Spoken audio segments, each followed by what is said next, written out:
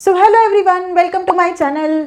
और आज हम बात करने वाले हैं बहुत इंपॉर्टेंट बुक्स के बारे में। Steel like an artist, show your work और कीप गोइंग। इन तीनों बुक्स में बहुत सारा ज्ञान है और जो मैं आज आपके सामने रिवील करने वाली हूँ। तो चलिए आज का वीडियो शुरू करते हैं।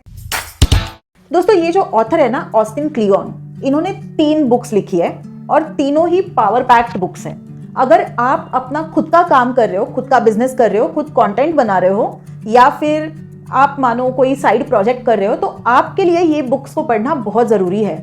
अब ये जो बुक है ना, स्टील लाइक एन आर्टिस्ट, ये सबसे पहली बुक आई थी उनकी, जो उन्होंने आर्टिस्ट के पर्सपेक्टिव से लिखी थी, क्योंकि वो खुद एक आर्टिस्ट है। लेकिन उन्होंने ये समझा कि ये सिर्फ आर्टिस्ट के लिए प्रिंसिपल्स नहीं है। कोई भी इंसान अगर खुद से काम कर रहा है या फिर कोई भी क्रिएटिव फील्ड में है, तो उन सब के लिए ये प्रिंसिपल्स इस बुक के बिल्कुल अप्लाई करने जैसे हैं। दूसरी जो बुक इनकी आई थी वो तो है शो योर वर्क। इस बुक के बारे में मैं पहले बहुत बार बात भी कर चुकी हूँ। अब ये शो योर वर्क बुक जो है ना, वो सभी के लिए है। ये कोई आर्टिस्ट या क्रिएटिव प्रोफेशनल्स की बुक नहीं है, ये हर एक प्रोफेशनल इंसान की बुक है। हर इंसान जो कि आज की दुनिया में डिस्कवरेबल रहे और जिसे लोग कॉन्टैक्ट कर पाए, तो वो अपनी वैल्यू कैसे बढ़ा सकता है, उस पे ये बुक है। तीसरी जो बुक है वो है कीप गोइंग, और ये बुक ना इन दोनों बुक्स की फॉलो अप बुक है। इन्होंने प्रिंसिपल्स दिए कुछ गुड और बैड टाइम्स में अपनी क्रिएटिविटी को कैसे जिंदा रखें उसके बारे में। तो आज हम डिकोड करने वाले हैं कुछ प्रिंसिपल्स को इन्हीं 3 बुक्स के साथ। सबसे पहले हम लेते हैं स्टील लाइक एन आर्टिस्ट, मतलब आप क्रिएटिव कैसे बने, उस चीज के लिए क्या क्या प्रिंसिपल्स दिए हैं वो देखते हैं। सबसे पहला प्रिंसिपल जो इस बुक में है ना, वो है स्टील लाइक एन आर्टिस्ट। इनका क्लेम पता है क्या है? Nothing is original. Nothing, absolutely nothing is original. इन्होंने बोला है कि जितनी सारी डिस्कवरीज होनी थी ना, वो हो चुकी है। जितनी सारी क्रिएटिविटी इस दुनिया में आनी थी, वो ऑलरेडी आ चुकी है। अब हम क्या कर रहे हैं, उसी को बेटर कर रहे हैं, या फिर उसी को किसी चीज के साथ कॉपी करके उनका जेनेसिस कर रहे हैं। आप क्रिएटिविटी को कॉपी कर सकते हो। इंस्पिरेशन आप दूसरों से लो, आप उन्हें कॉपी करो, and then you can create your own art work. Human mind can not copy literally. मतलब क्या, किसी की भी क्रिएटिविटी जो है ना, वो आप डायरेक्टली कॉपी नहीं कर सकते।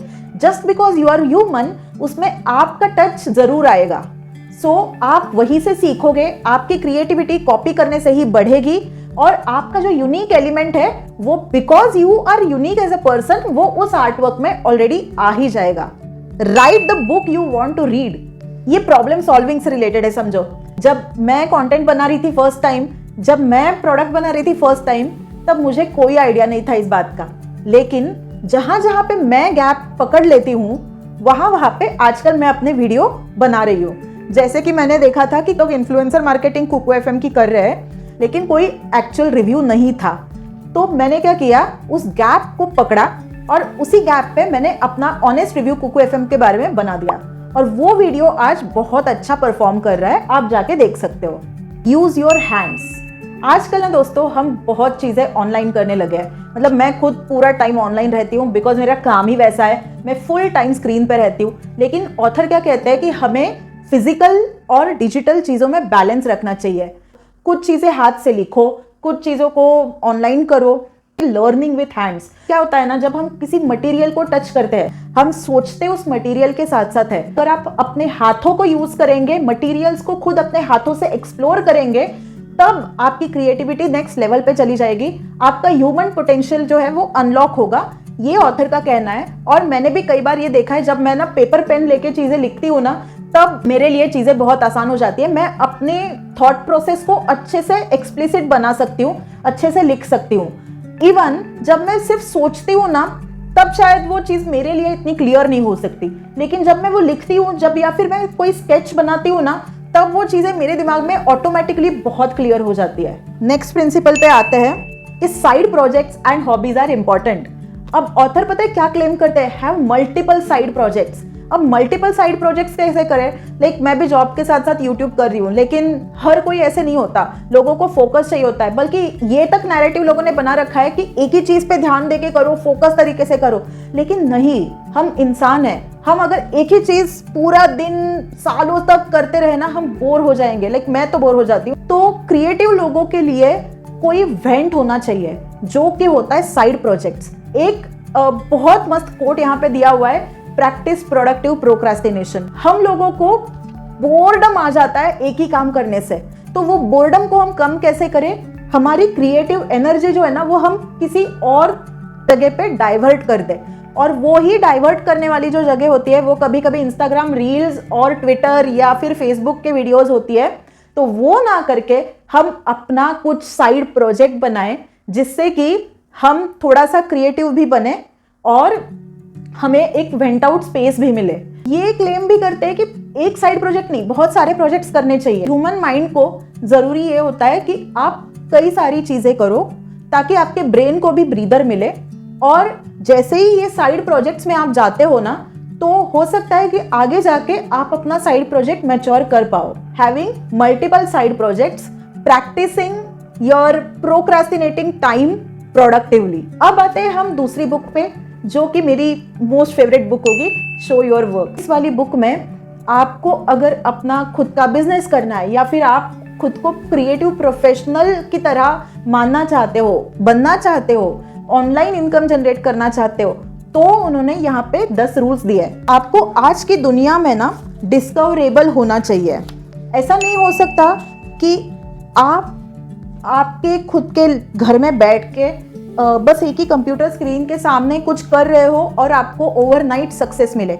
ऐसा कभी भी नहीं होगा। आज की ऑनलाइन जो दुनिया है वहां पे आपको डिस्कवरेबल बनना चाहिए। अगर आप अपने सोशल मीडिया, यूट्यूब चैनल या ब्लॉग के थ्रू खुद को प्रमोट कर सकते हो, आपका काम दुनिया को दिखा सकते हो, तो आपको काम मांगने की जरूरत नहीं पड़ेगी।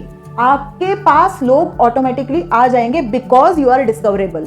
नेक्स्ट रूल इसमें क्या लिखा है कि थिंक प्रोसेस नॉट प्रोडक्ट। मतलब क्या?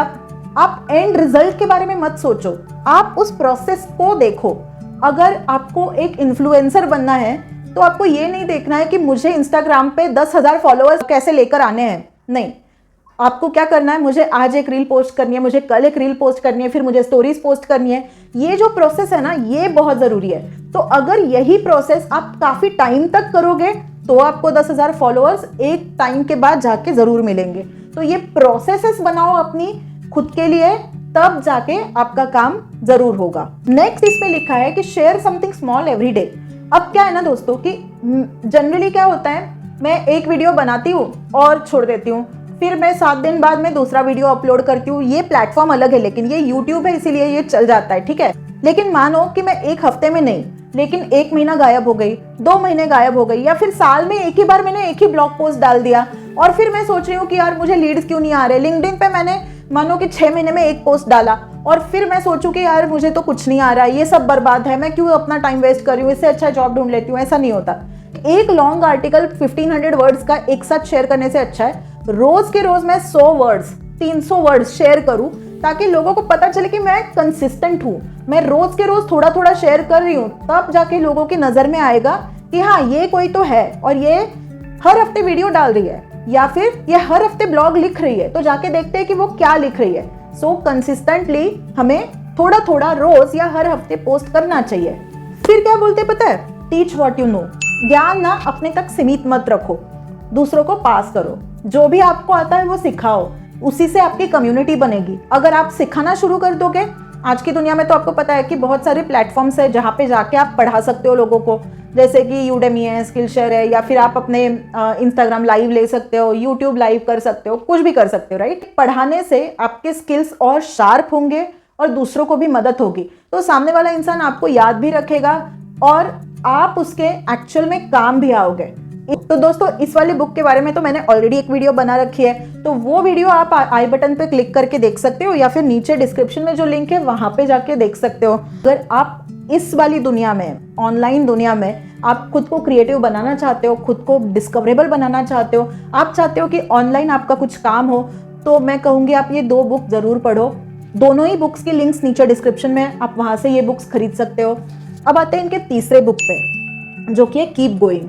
ये दोनों बुक्स जहाँ पे खत्म होती है वहां से ये बुक शुरू होती है। How to be creative in good and bad times, ये ऑथर ने इस वाली बुक में बताया है। ऑथर बोलते हैं कि take 1 day at a time. ऐसा नहीं कि पूरे साल भर का प्लानिंग एक ही दिन में करो, वो तो आपके पास एक ओवरऑल एजेंडा रहेगा, लेकिन एक दिन का जो है ना, एक दिन अपना पूरे तरीके से जीने की कोशिश करो।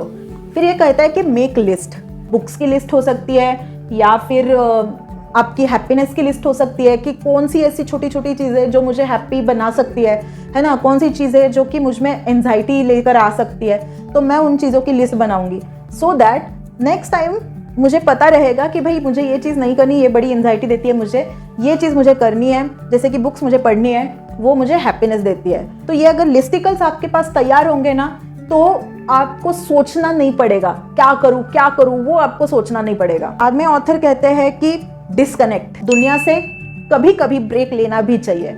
लाइक फोन डिस्कनेक्ट कर दो, या फिर आपको थोड़ा सा सोशल मीडिया से डिस्कनेक्ट कर दो, अपने काम से डिस्कनेक्ट करो, खुद को ब्रेक लो। ब्रेक लेने के बाद आपको एनर्जाइज्ड फील होगा, फिर से आपको काम करने का मन भी बनेगा। से नो, मतलब आपको मना करना आना चाहिए चीज़ों को। अगर मुझे कोई पूछ रहा है कि चल बाहर चलते हैं, लेकिन मेरी प्रायोरिटी पे क्या आ रहा है, वीडियो बनाना, तो फिर मैं मना करूंगी, मैं बोलूंगी कि नहीं भाई आज तो मुझे वीडियो बनानी है, आज मैं नहीं आ सकती। So say no is very important for protecting your own energy. ठीक है। Build a bliss station. Build a bliss station का मतलब क्या हुआ, अपने घर में अपना एक छोटा सा कोना ऐसा बनाओ जहाँ पे जाके आपको सुकून मिले। मेरे लिए शायद ये कोना ऐसा है कि जहाँ पे मुझे सुकून मिले, थोड़े से प्लांट्स हो या फिर थोड़े से बुक्स हो, मुझे उससे खुशी मिल सकती है। आपके लिए आपका गार्डन हो, कुछ भी हो सकता है, लेकिन ऐसी जगह जहाँ से आपको एनर्जी मिलेगी, पॉजिटिविटी मिलेगी, वो आपको ज़रूर देखनी चाहिए। सबसे बढ़िया लेसन इस बुक का ये है ना कि you are allowed to change your mind, मतलब आप खुद को चेंज कर सकते हो, वो पावर आपकी खुद में है। When you change that feels alive. सबसे एंड वाला और शायद बहुत इंपॉर्टेंट लेसन ये है इस बुक का कि दिस टू शैल पास। सो अगर आपको हमेशा आपकी क्रिएटिविटी मेंटेन करके रखनी है तो आपको खुद को बताना पड़ेगा कि दिस टू शैल पास। आप शायद हमेशा उतने प्रोडक्टिव नहीं रहोगे, शायद आज मेरा 100% प्रोडक्टिव डे है, लेकिन दिस टू शैल पास मतलब कल मेरा 0% प्रोडक्टिव भी डे हो सकता है। अगर मैं आज एकदम नेगेटिव में हूँ, दिस टू शैल पास, तो शायद कल मैं अपने पॉजिटिव एटीट्यूड में हो सकती हूँ। ऑस्टिन क्लियोन के तीनों बुक्स की summary, feel like an artist, show your work और कीप गोइंग। तो जितने भी लोग मुझे यहाँ पे फॉलो कर रहे हैं, मैं उनसे रिक्वेस्ट करूँगी कि ये तीनों बुक्स प्लीज़ पढ़ना, क्योंकि ये तीनों ही बुक्स आपके बहुत काम आने वाली है पर्सनल डेवलपमेंट के लिए। आप खुद को अगर बेहतर बनाना चाहते हो, आप चाहते हो कि आप थोड़े और क्रिएटिव हो, आप साइड प्रोजेक्ट्स लॉन्च करो, या फिर आपको पैसा बनाना है और आपको जनरली क्रिएटिव बने रहना है लाइफ में, then you have to read all 3 of them. बहुत छोटी छोटी बुक्स हैं, ज़्यादा टाइम नहीं लगता। आई मीन 1-2 घंटे में आपकी ये तीनों बुक्स खत्म हो जाएंगी पढ़ के। लेकिन ये ऐसी बुक्स है ना दोस्तों कि मैं रेकमेंड करूँगी आप हार्ड कॉपी ही खरीदो, ताकि ये आपके पास हमेशा रहे। आप पन्ने पलट के इन बुक्स को देखो और आपको जिंदा दिल फील हो। तो मैं कहूँगी कि ये बुक्स आपको ज़रूर पढ़नी चाहिए। नीचे लिंक्स तीनों बुक्स के डिस्क्रिप्शन में है, वहाँ से आप बुक्स खरीद लेना और प्लीज़ इन्हें पढ़ना। तो चलिए मिलते हैं नेक्स्ट वीडियो में। Bye bye.